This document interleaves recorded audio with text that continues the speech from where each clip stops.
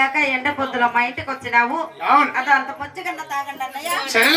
అన్నయ్య నిమ్మకాయ నిర్మతికిస్తున్నావు కదా. అవునన్నయ్య. నీ మేడకు వచ్చి నిమ్మకాయ నిర్మతికి తీసుకొని నా కడుపు కారిగించుకున్నానమ్మ చెల్లెలా. అన్నయ్య అన్నయ్య చెల్లెలా నన్ను 20 సంవత్సరాలే కదా. అవును.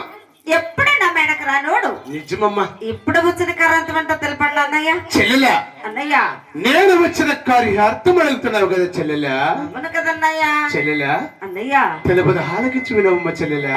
తెలపండి అన్నయ్య.